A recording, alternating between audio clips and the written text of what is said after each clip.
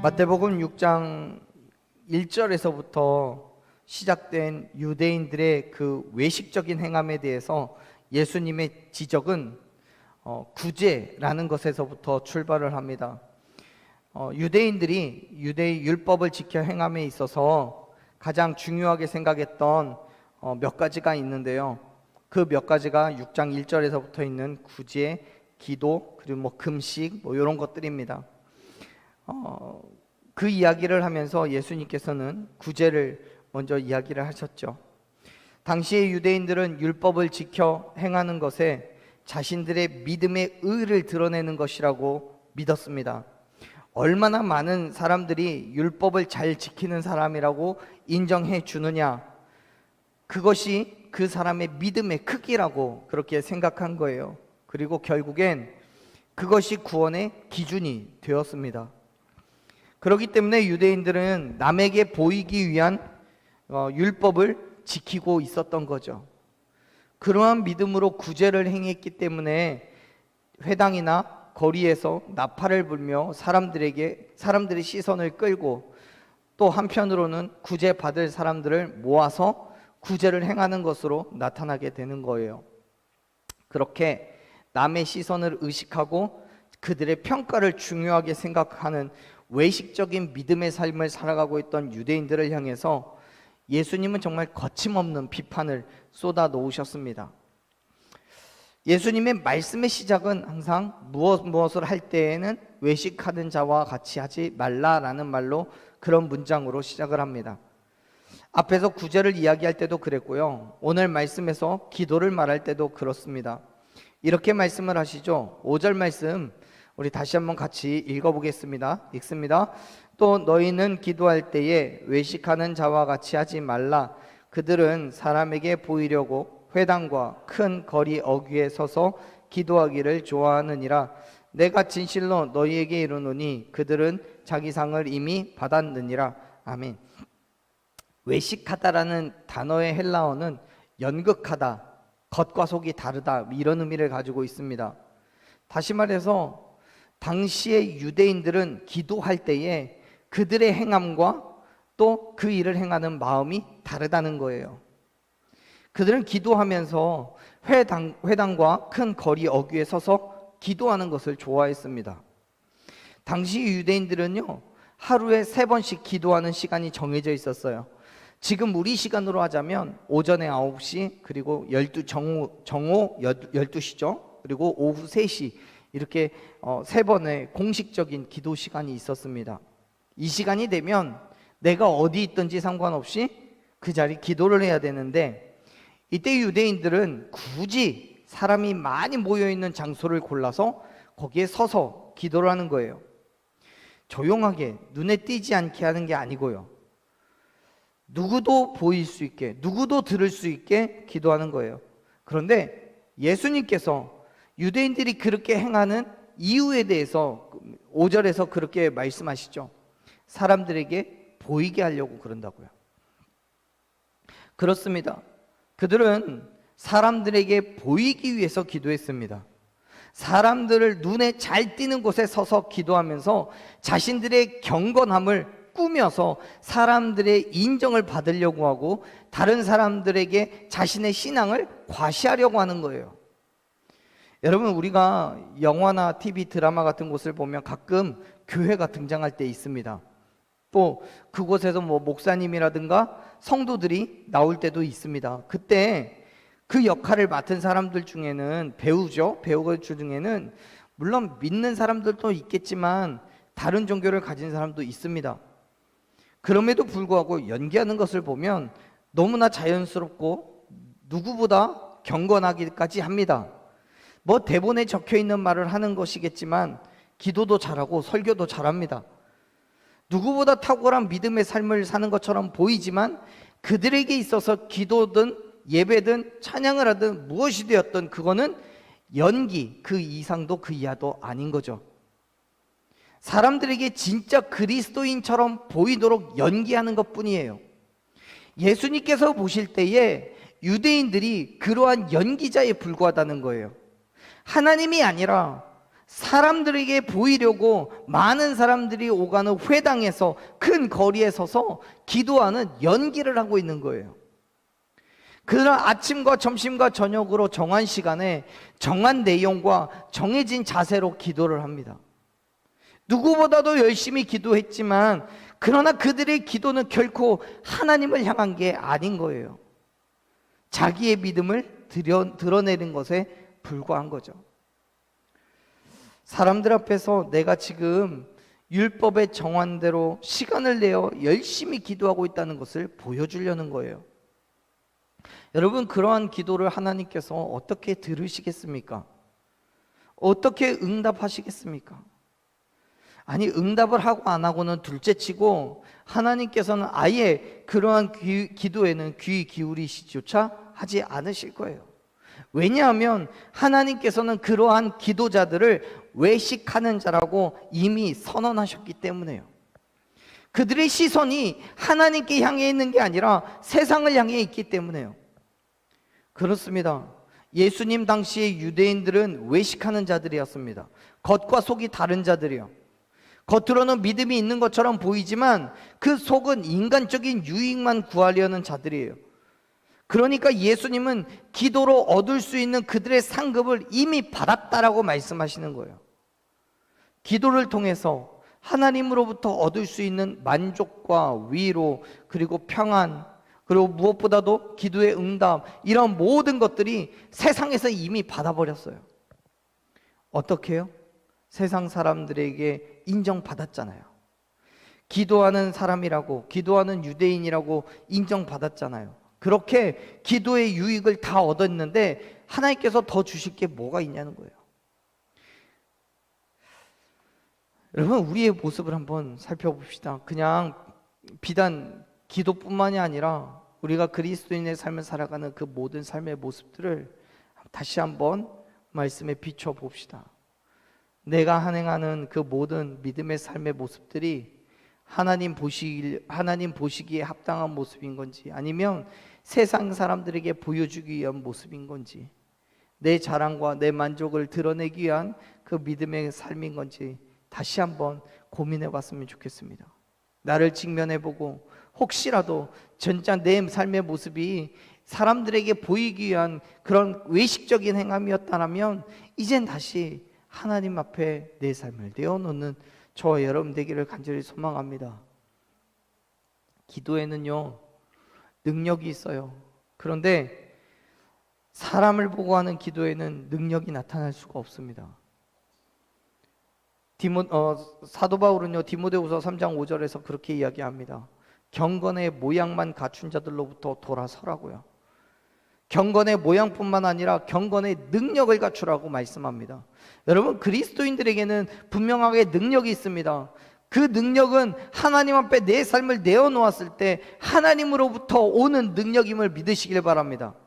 예수님께서 제자들을 둘씩 짝지어서 각 마을로 보내실 때에 그들에게 귀신을 쫓는 능력을 부어주시고 그들에게 말씀이 이루어지는 능력을 허락하셨던 것처럼 오늘날 저와 여러분에게도 예수 그리스도를 믿고 나아가는 그 길마다 우리에게 능력을 주셔서 그 모든 일들을 행하게 하실 줄로 믿습니다. 그런데 그게 하나님을 바라보고 나아가는 길이어야 되는 거죠. 세상을 바라보고 사람을 바라보고 내 믿음을 내 의로 드러내기 위해서 행하는 그 믿음의 삶에 하나님의 능력이 어떻게 나타날 수 있겠습니까? 사랑하는 여러분, 기도는 오직 하나님께 응답을 받는 단 하나의 목적만 있어야 함을 믿으시길 바랍니다. 하나님과 교제하고 하나님의 뜻을 묻고 그 말씀대로 살기를 결단하는 게 바로 기도인 거예요. 그렇다면 기도는 절대로 다른 사람에게 보이기 위한 것이 될 수 없어요. 오직 하나님과의 친밀한 교제임을 믿으시길 바랍니다. 사랑하는 여러분, 남에게 보이기 위해서 기도하지 마세요. 예배 중에 대표 기도할 때요, 다른 사람들 들으라고 기도하지 마세요. 하나님을 향한 진솔한 믿음의 고백이면 되는 거예요. 이전에 대표로 기도를 부탁드리면 어떤 분들은 절대로 못하겠다라고, 자기는 기도할 줄 모른다라고 그러신 분들이 꼭 계십니다. 교회마다 한두 분씩은 계셔요. 근데 사실 그분이 기도할 줄 몰라서 그런 게 아니고요, 스스로 생각할 때 내가 말에 조리가 없고 또 고급진 단어를 사용할 줄 몰라서 다른 사람들이 무식하다고 평가할까 봐 겁이 나서 그러는 거죠.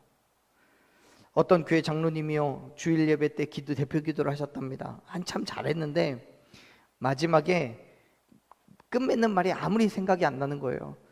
예수님의 이름으로 기도합니다가 도저히 생각이 나질 않는 거예요. 그래서 결국 그러셨대요. 죽었다가 다시 살아나신 그분의 이름으로 기도합니다 그랬대요.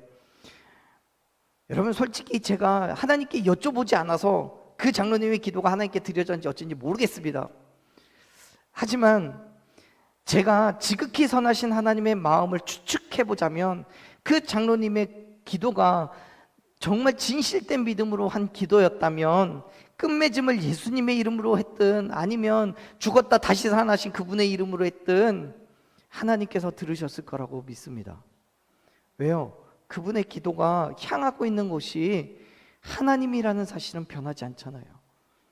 여러분은 화려한 수식어도 고급진 단어도 없어도 돼요.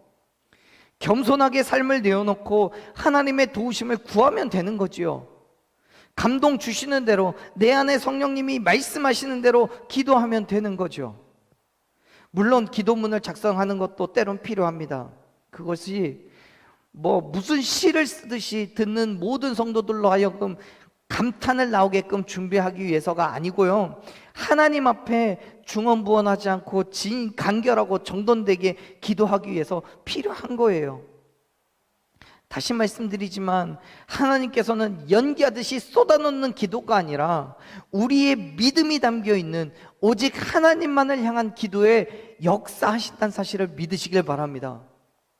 예수님께서는 그러한 기도의 본을 보여주시고 말씀하시죠. 성경을 보면 이렇게 기록되어 있습니다. 6절 말씀 한번 읽어볼게요.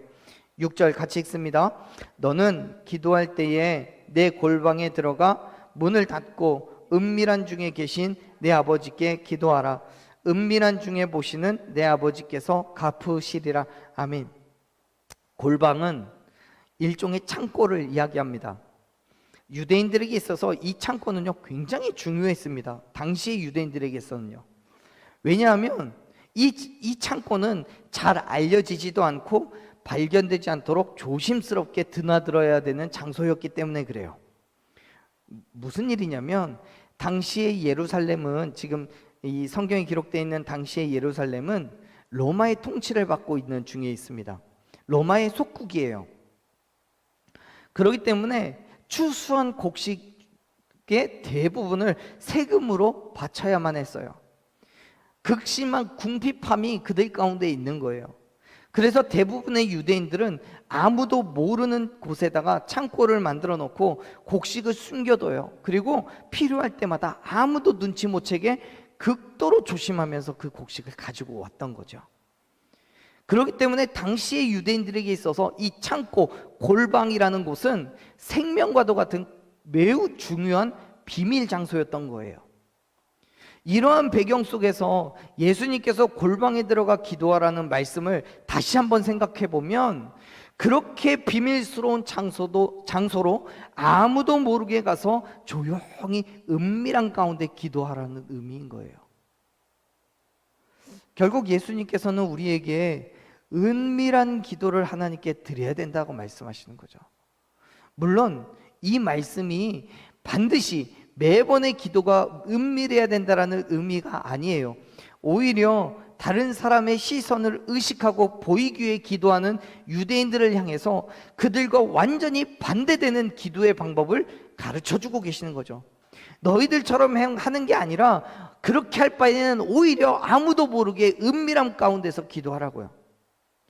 여러분, 골방이 사람들에게 보이기 위한 것이라면, 그래서 우리 집에는 기도하는 골방도 있다라고 자랑하기 위해서라면, 여러분, 오히려 그 골방을 없애버려야 되는 것이 예수님의 교훈인 거예요.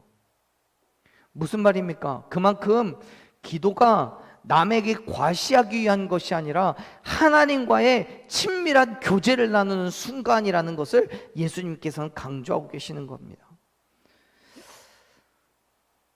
예수님께서도 사람들의 눈을 피해 따로 한적한 곳에 가서 기도하셨잖아요. 그리고 역시 우리도 할 수만 있다면 사람들의 시선을 피해서 기도해야 돼요. 그렇다고 여러분 오해하지 마십시오. 함께 모여서 기도해서는 안 된다라는 것이 아닙니다. 그것은 다 같이 기도하는 거잖아요. 같이 혹은 각자의 기도 제목을 가지고 같은 장소에서 기도하는 겁니다. 주변에 있는 사람들을 신경 쓸 필요도 없고 신경 써지지도 않는 거예요. 다시 말해서 지금 우리에게 필요한 기도는 보이기 위한 기도가 아니라 하나님과 대면하여 나누는 대화로서의 기도가 필요하다는 사실 여러분 믿으시길 바랍니다. 사랑하는 여러분, 기도를 통해서 하나님을 만나십시오.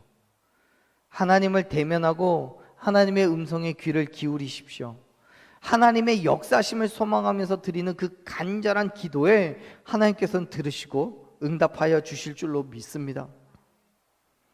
이제 예수님께서는 유대인들의 잘못된 기도 습관 중에 한 가지를 예와 함께 들으면서 한편에 또 한편의 완전한 기도를 소개합니다. 앞에서는 기도의 동기를 지적하는 내용이었다고 한다면 이제는 기도의 내용을 지적을 하시는 거예요. 먼저 예수님은 그런 유대인들의 잘못된 기도 습관을 이렇게 이야기하십니다. 7절입니다. 같이 읽을게요. 또 기도할 때에 이방인과 같이 중언부언하지 말라. 그들은 말을 많이 하여야 들으실 줄 생각하느니라. 아멘. 여러분, 지금 예수님은요 갈릴리 지방에서 말씀을 선포하고 계시는 중입니다. 근데 이 갈릴리 지역은 이방 지역과 매우 가까운 곳에 있었기 때문에 자연적으로 이방 민족들이 쉽게 오고 갈 뿐만 아니라 갈릴리 지역에 아예 눌러 살고 있는 그런 이방 민족들도 있었습니다. 그러한 이유로 이 지역 사람들은 이방 민족의 습관에, 관습에 익숙한 거예요. 그런데 7절에서 예수님께서는 이방인들의 그 기도 습관에 대해서 중언부언한다라고 말씀하고 있죠. 그 말은 같은 말을 몇 번이고 반복해서 한다라는 의미를 가지고 있습니다. 예컨대 어떤 단어 혹은 문장을 주문을 외우듯이 반복적으로 읊조리는 거예요.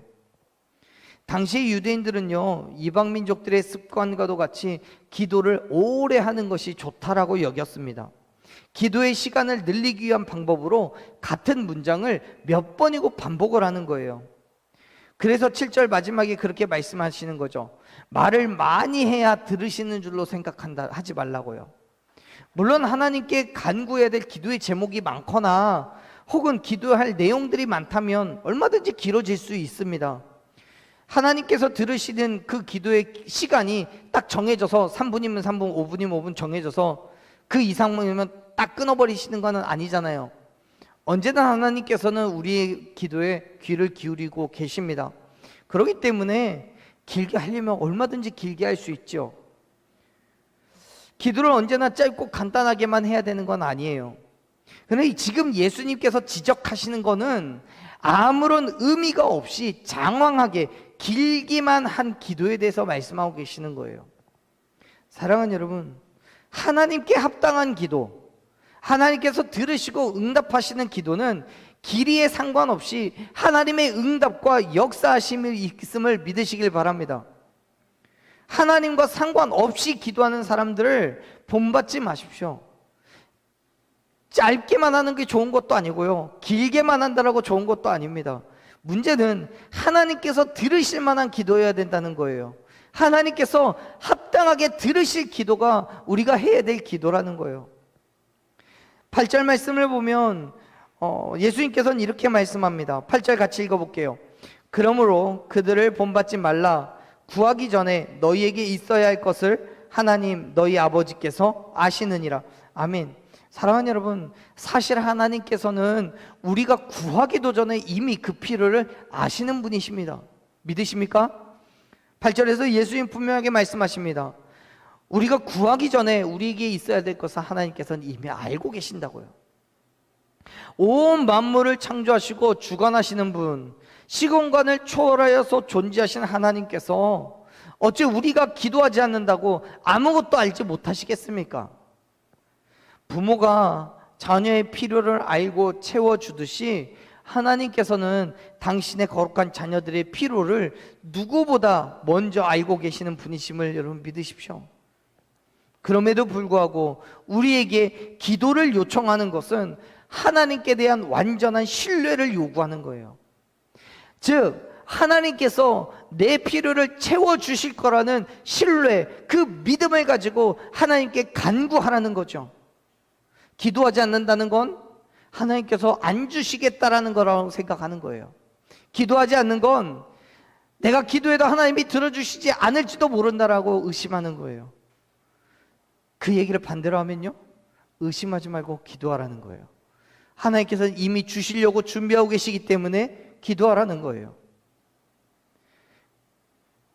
하나님께서 우리의 기도를 들으시고 응답해 주실 것을 신뢰함으로 구하라는 거예요. 왜냐하면 하나님께서는 당신의 자녀들과의 인격적인 대화를 원하시기 때문에요. 깊은 신뢰함을 통해서 그의 필요를 구하기를 원하시기 때문에요. 그 믿음이, 그 신뢰가 있기 때문에 우리는 하나님께 기도할 수 있는 거예요. 하지만 이방인들은요, 많은 기도와 많은 노력을 통해서 신의 축복을 얻어낼 수 있다라고 생각했기 때문에 그렇게 많은 시간을 들여서 기도하고 또 했던 말 또 하고 했던 말 또 하고 했던 말 또 하며 중언부언하는 거예요. 주문을 외우듯이요. 사랑하는 여러분, 하나님께 구하십시오. 기도하십시오. 때로는 길게 기도하는 것도 필요하고 때로는 짧게 기도하는 것도 필요합니다. 때로는 소리를 지르면서 하는 기도도 필요하고요, 때로는 묵상 기도도 필요합니다. 그리고 때로는 함께 기도하는 것도 필요하고요, 때로는 홀로 은밀하게 기도하는 것도 필요합니다. 성경에서는 이러한 기도의 형태가 대부분 다 기록되어 있어요. 하나님께서는 무엇이 되었던 기도하는 것을 거부하지 않으신다는 거예요. 문제는 그 기도가 어디를 향하고 있느냐가 중요한 거죠. 지금 예수님께서 지적하고 계시듯이 유대인들은 사람들을 향하여서 기도하고 있지만 예수님께서는 오늘 저와 여러분에게 하나님을 향하여 기도하라고 권면하고 계심을 믿으시길 바랍니다. 사랑하는 여러분, 기도는 어떤 형태로 어떤 모습으로 기도하든지 사람에게 보이기 위한 기도가 아니라 하나님의 뜻에 합당한 진실한 기도여야 함을 믿으시길 바랍니다. 그러한 의미에서 바른 기도는 내 마음을 무엇보다도 솔직하게 하나님께 내어놓는 거예요. 다른 사람들이 들을까봐, 다른 사람들이 내 기도 제목을 가지고 손가락질 할까봐 걱정하면서 하는 기도가 아니라 하나님께 대한 신실한 믿음으로 그 앞에 나아가며 내 마음을 내어놓는 그 기도가 오늘 저와 여러분이 해야 될 기도임을 믿으시길 바랍니다. 내가 부르짖기도 전에 이미 알고 계시고 역사하실 하나님을 기대하십시오. 그 하나님 앞에 나아가서 온전한 믿음으로 기도하십시오. 하나님을 신뢰함으로 기도하시고 하나님을 믿음으로 기도하십시오. 우리의 모든 부르짖음 가운데 역사하신 하나님께서 그 모든 기도의 제목 하나하나를 들으시고 응답하여 주실 줄로 믿습니다. 하나님께서는, 예수님께서는 지금 오늘 저와 여러분에게 유대인들과 같이 사람들을 향하여 남들에게 보이기 위하여 행하는 그 기도가 아니라 이렇게 기도하라 라고 말씀하십니다. 하나님을 향하여 기도하라고요. 하나님 앞에 내어놓는 그 기도를 하라고요. 저와 여러분의 삶에서 다시 한번 하나님 앞에 기도하며 나아가는 그 모든 순간순간들마다 하나님의 음성이 들려지기를 소망합니다. 하나님을 향하여서 부르짖는 그 기도 가운데에 하나님께서 말씀하여 주시고 응답하여 주시고 역사하여 주실 줄로 믿습니다. 그 믿음으로 매일매일 주님과 다시 교제하며 교통하며 나아가는 저와 여러분 되기를 간절히 축원합니다.